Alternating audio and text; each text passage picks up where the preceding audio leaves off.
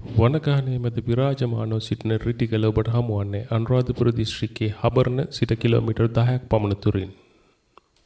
රිටිගල ඓතිහාසික ආගමික සහ පුරාවිද්‍යාත්මක වශයෙන් වැදගත් රහස් සංගවාගෙන සිටින ස්ථානයක්.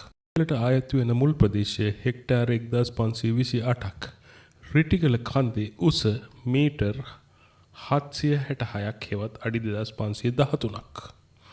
රිටිගල කන්දේ නැගෙනහිර බෑවුමේ පවතින පුරාවිද්‍යාත්මක නටබුන් අයත් අක්කර 90ක ප්‍රදේශයේ හැරුණු විට සෙසු සියලුම ප්‍රදේශ වන සංරක්ෂණ දෙපාර්තමේන්තුවට අයත් දැඩි රක්ෂිතයක්.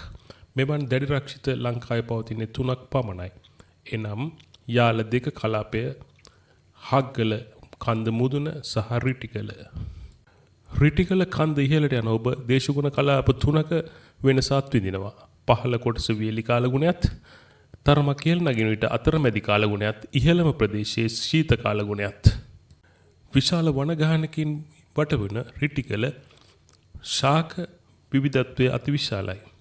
එහි ශාක වර්ග 418කින් 338ක්ම මල් පිපෙන ශාක. ඉන් 122ක් ලංකාවට ආවෙනික වගේම රිටිගලට පමණක් විශේෂ ශාකද තිබෙනවා. රිටිගල වනමි, පබ්බජයා, ගල් කප්පරවල්ලිය උදාහරණයන්. රිටිගල මහා වංශයේ හැඳින්වෙන්නේ අරිට්ටගල හෙවත් අරිට්ට පබ්බත නමින්. එසේ වන්නේ දේවානම්පියතිස්ස රජුගේ ඇමතිවරයෙකු අරිට්ට මුල්වරට රහත් වී තවත් ස්වාමින් වහන්සේලා 500ක් සමග මේ ප්‍රදේශයේ වැඩ වාසය කළ නිසා. මෙහි බ්‍රාහ්මී අක්ෂර සහිත සෙල් ලිපි 150කට අධික සංඛ්‍යාවක් ඇති අතර ගල්ලෙන් 77ක් දැනටත් සොයාගත හැකියි. ක්‍රිස්තු පූර්ව 3 වෙනි සියවසේ සිට ක්‍රිස්තු වර්ෂ 8 දක්වා ලජ්ජිතිස්ස, සූරතිස්ස හා දෙවනි සේන රජු මෙම රිටිගල ඉතිහාසයේ සම්බන්ධව කියවෙනවා. දෙවනි සේන රජු ගොඩනැගිලි 142ක් ඉදිකර පූජා කළ බවයි මහා වංශය කියන්නේ. මල්වතුවේ ආරම්භ වන රිටිගල ආශ්‍රිතව, ඒ කියන්නේ මුල් මිනිස් ජනාවාස රිටිගල ආශ්‍රිතව බිහි වෙන්න ඕනේ. පණ්ඩුකාභය රජතුමාගේ මාමවරුන් සමග අවසන් සටන රිටිගලදී සිදු වුණු බව කියනවා. පණ්ඩුකාභය රජුට රජකම ලබා ගැනීම සඳහා හෙළ යක්ක ගෝත්‍රිකයන් උදව් කළ බවයි කියවෙන්නේ. ක්‍රිස්තු වර්ෂ 12 වෙනි සතවර්ෂයේ ද්‍රවිඩ ආක්‍රමණ වලින් පසු රිටිගල වල් පිහිවි ගියා. යලිත් 1832 වසරේ පළමු පුරාවිද්‍යා කොමසාරිස් HCP බෙල් විසින් කැණීම් ආරම්භ කළ රිටිගල 1962 වන විට වඩාත් ක්‍රමවත් කැණීම් වලට ලක් වුණා. ආදි හෙළයින්ගේ වාසස්ථානයක් ලෙස රිටිගල හඳුන්වනු ලබනවා. හෙළ යක්කයින් රිටිගල, දිඹුගලාගල සහ කසාගල ප්‍රදේශවල ජීවත් වුණු බවයි කියන්නේ. රාම රාවණ යුද්ධයේදී මාරාන්තික තුවාල ලබන ලක්ෂ්මණ සුවපත් කිරීම සඳහා හිමාලයෙන් බෙහෙත් පැලැටියක් අවශ්‍ය වුණා. ඒ සඳහා ගිය හනුමන්තාට ඒ සොයා ගැනීමට නොහැකි වීම නිසා ඔහු අදාළ සම්පූර්ණ ප්‍රදේශය ගලවාගෙන ලංකාවට ගෙනාවා.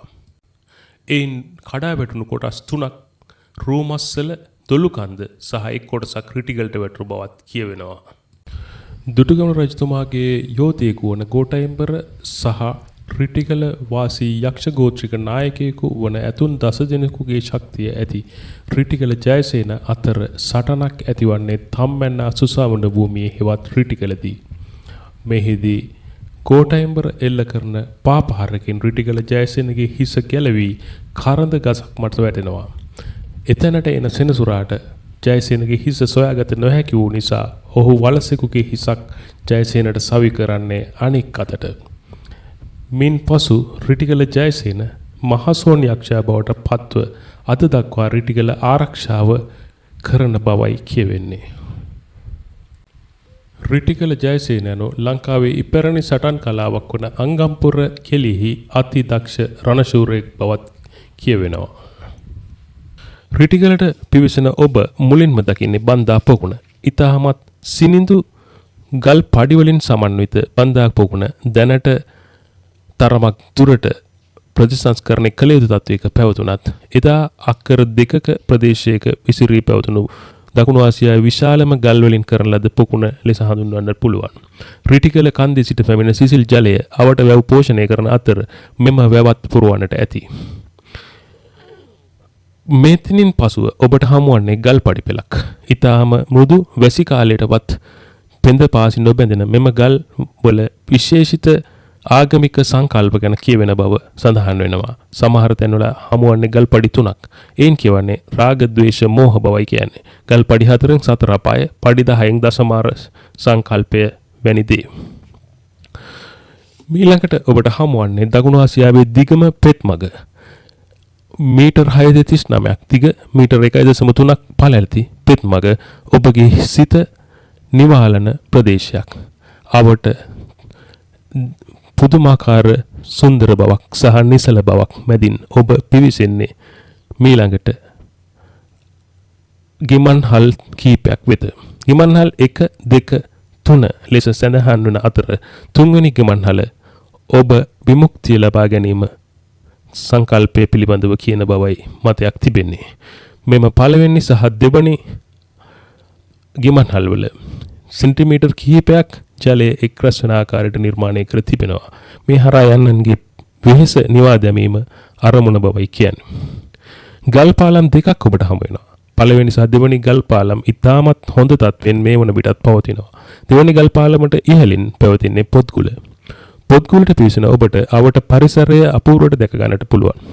දීර්ඝ කාලයක් තමන් කියවන අතර තමන්ගේ ඇස් වලට දැනෙන වෙහෙස ඈත දෙස බැලීමෙන් නිවා ගැනීමට මෙම පොත්ගුල ඉහළ ප්‍රදේශයක සකස් කර බව කියවෙනවා. මීළඟට ඔබ පිවිසෙනවා පදනගරයේ හෙවත් විශාලම ගොඩනැගිල්ලට. මේක දානශාලාවක් බවයි කියවෙන්නේ.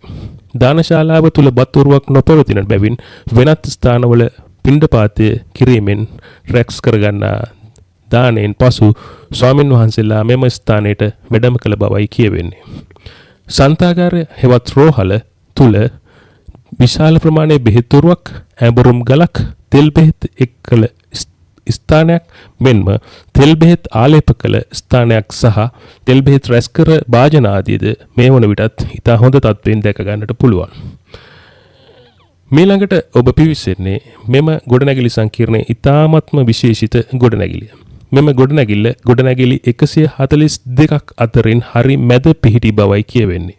මෙම ගොඩනැගිල්ල තනා ඇති ගල් පුවරු ඉතාමත් මෘදු සහ ඉතාමත් පිළිවෙලට සකස් කර තිබෙනවා.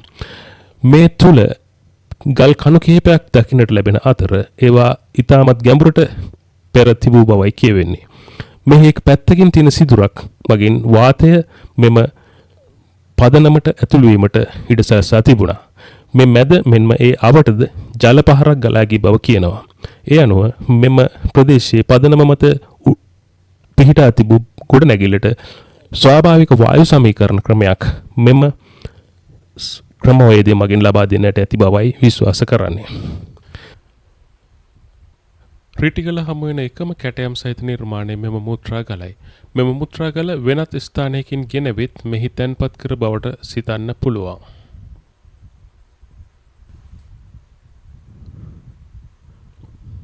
මේ රිටිගල සක්මන් මළුව සිරස් ගල් පුවරු දෙකක් අතර සක්මන් මළුව ස්වාමින් වහන්සේලාට සක්මන් භාවනාව කිරීම සඳහා උපයෝගී වුණා.